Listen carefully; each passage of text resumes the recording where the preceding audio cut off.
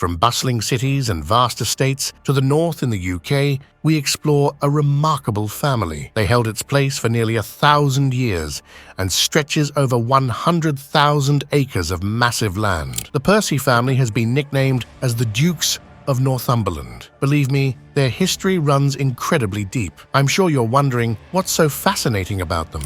Imagine this. Their roots go so far back that even the ancient Romans acknowledged their importance. They built Hadrian's Wall on Percy's family land, not just as a barrier, but as a statement of the grandeur of their empire. Through centuries of knights, monarchs, and more, the Percys have remained a prominent presence. They aren't just a wealthy lineage. They're the genuine article, with a legacy so impactful that every record keeper found it worth immortalizing. So, why are the Percys such a big deal? To start, they own more land than one could explore in a lifetime. 100,000 acres is like having your own small kingdom. And it's not just any land, it's the kind that caught the attention of the formidable Romans. As time passed, the Percys didn't fade into history.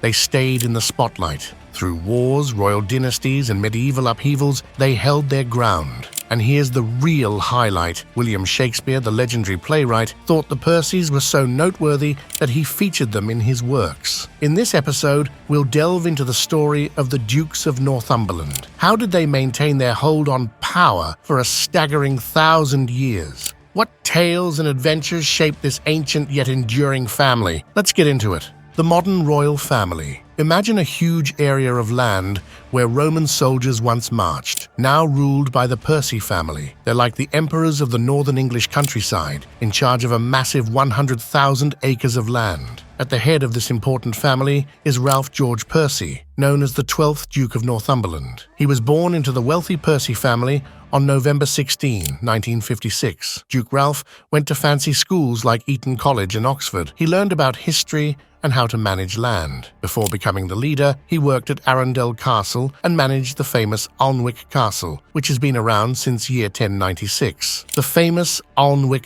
Castle. Alnwick Castle isn't just an old building, it's a living piece of history. It has been used to defend against Scottish attacks and has a big round tower. Alnwick Castle is a big old castle with lots of cool spots to explore. It looks like something out of the olden days and feels just like Hogwarts from Harry Potter. And guess what? Some parts of this castle were actually used in the movies. First off, there's the Outer Bailey. This is where Harry and his friends had their first flying lessons on broomsticks. Imagine standing in the same place where they learned to fly. And you can even try your hand at broomstick training there. It's like joining the Quidditch team. And the secrets behind the magic will be revealed to you once you pass the training. And hey, Alnwick Castle isn't just about Harry Potter. It's been in other cool stuff like Blackadder and even Downton Abbey. There's a whole tour where they talk about all the famous scenes shot here. More estate. Besides the Alnwick Castle, the Percy family owns way more than only this piece of history. They have places like Canaan House and land that stretches from Scotland to Tyneside. They have a lot of money too, about £490 million in the bank, to be managed by Northumberland Estates. They're not just rich landowners, they're also leaders in art, hospitality, and building eco-friendly houses. You will also be surprised to know that centuries ago, the manor of Petworth in Sussex became the Percy family's home through a series of marriages and inheritances. Originally bequeathed by King Henry Bronson to Queen Adeliza, it eventually passed to Jocelyn de Louvain, whose descendants adopted the name Percy. In 1150, the Percy connection with Petworth officially began. By the mid-16th century, the Lords and Earls of Northumberland chose to settle in Petworth to be closer to the political centre in Westminster. The family transitioned from their warrior roots to a courtly life focused on social and political matters. Over time, Petworth changed hands through various family lines, eventually passing to the Wyndham family. The history involves illegitimate heirs, legal battles, and the transformation of the estate into what we see today. The current Earl of Egremont, a descendant of the 6th Duke of Somerset, resides in Petworth, continuing its rich history. The estate's landscape has evolved over the centuries. Initially, Petworth had various parks, gardens, and terraced features as described in historical surveys.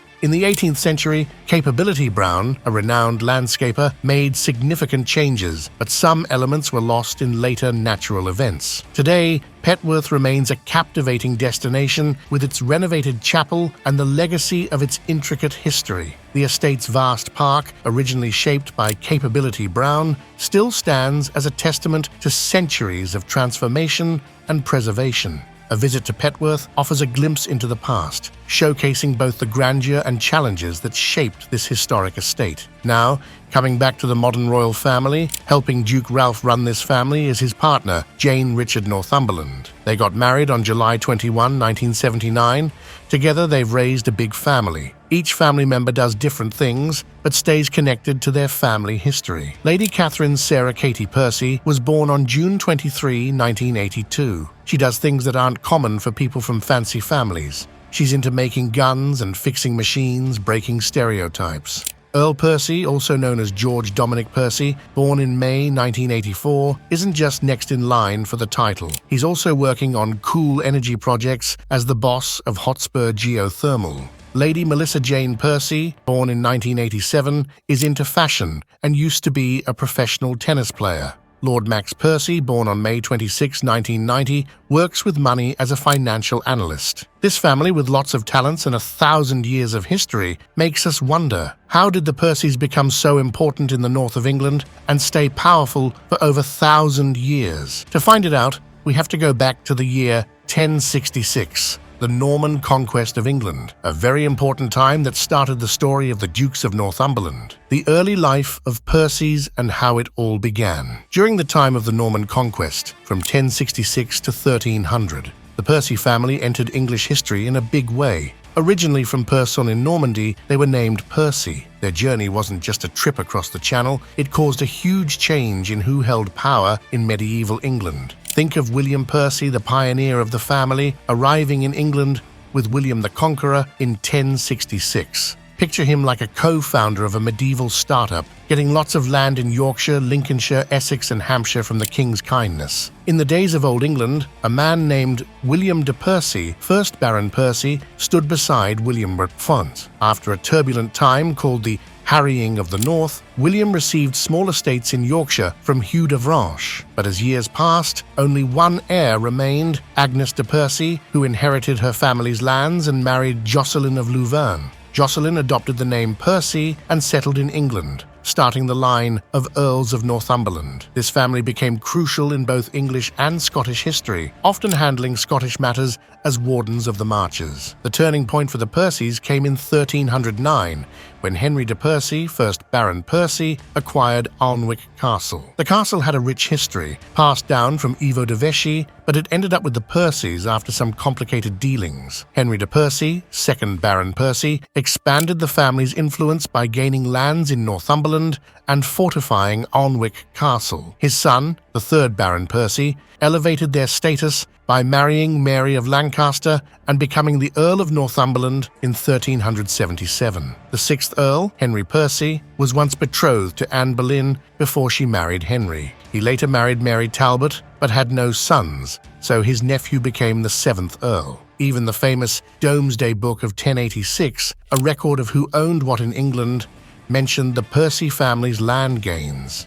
This changed them from just people who owned land to being seen as very important by the 14th century. But becoming part of the English nobility, the Percys got involved in wars and politics. In the Battle of Bannockburn in 1314, Sir Henry Percy made a smart move by retreating at Alnwick under Edward II.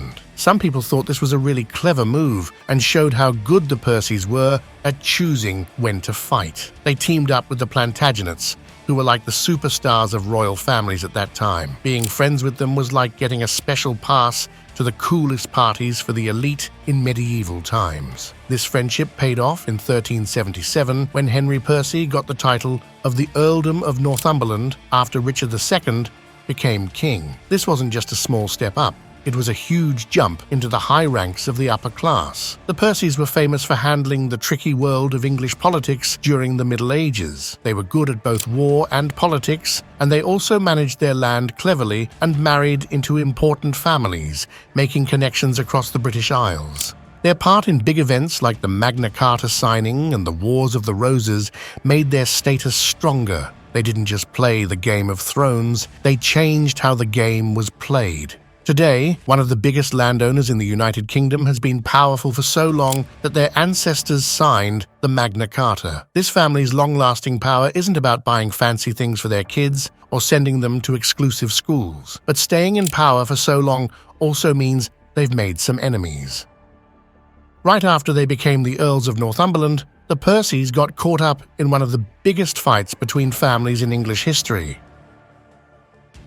The enemies of the Percy family. Up in the north, the Percys and the Nevilles, another powerful bunch, were having their own showdown. The Nevilles were climbing up the power ladder smartly, making friends and getting rich through clever marriages. Meanwhile, the Percys were already a big deal and wanted even more. Can you imagine the tension between these ambitious families? Think of it like this: a soccer match between two rival teams, but instead of a field, they battled it out near the city of York. The tension was so thick you could cut it with a knife. Things really heated up when Thomas Neville married someone that got the Percys all riled up. It was the final straw that pushed both families towards different sides in the bigger fight. This wasn't just a little argument, it became a major part of England's history. It took ages to sort out, finally calming down when Henry II stepped in and sorted things in 1485. And get this, these Percys were so interesting that even the famous writer Shakespeare wrote about them in his plays. Now let's jump ahead a bit to 1569. Thomas Percy, the 7th Earl of Northumberland, decided to stir things up with what they called the Rising of the North. It wasn't just any rebellion, it was a risky move to swap out the ruler,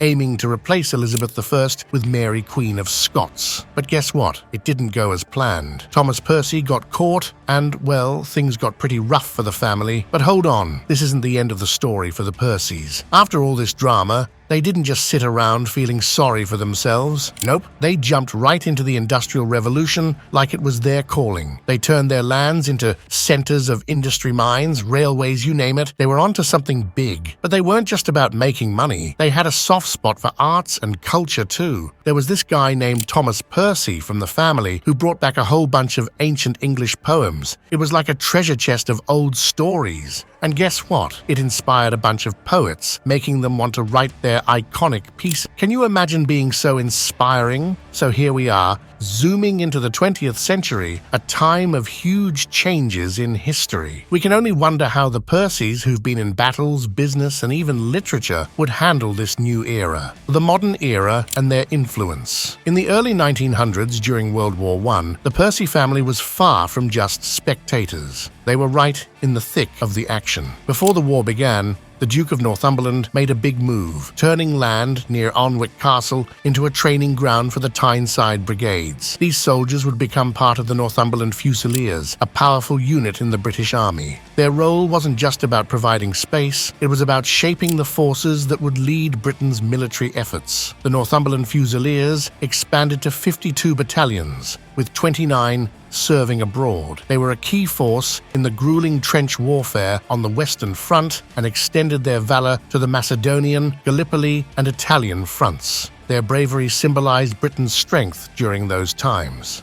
In 1918, Alan Ian Percy became the 8th Duke of Northumberland, stepping into this pivotal role just as World War I was ending. Born in 1880, he lived a diverse life, serving as a British peer, army officer, and even dabbling in journalism and publishing. He held strong political beliefs as a Tory and was a notable figure in the House of Lords. As World War II erupted, Alnwick Castle transformed from a family home into a crucial military asset. The HMS Alnwick Castle, named in honor of the family's legacy, showcased their unwavering dedication to defending the nation. The next head of the Percy household, the 9th Duke, Henry George Allen Percy, took charge in 1930. Sadly, his life ended in Dunkirk, leaving behind a legacy of bravery and service. Moving into the late 20th century, the Percys turned their attention to historical preservation. From the 70s to the 90s, they focused on restoring heritage sites, with Alnwick Castle taking the spotlight. Under the guidance of Elizabeth and Sir Hugh Smithson, the castle wasn't just restored, it was rejuvenated, ready to embrace the future while respecting its past. The 80s marked a significant shift for the Percys as they opened their estate doors to the public.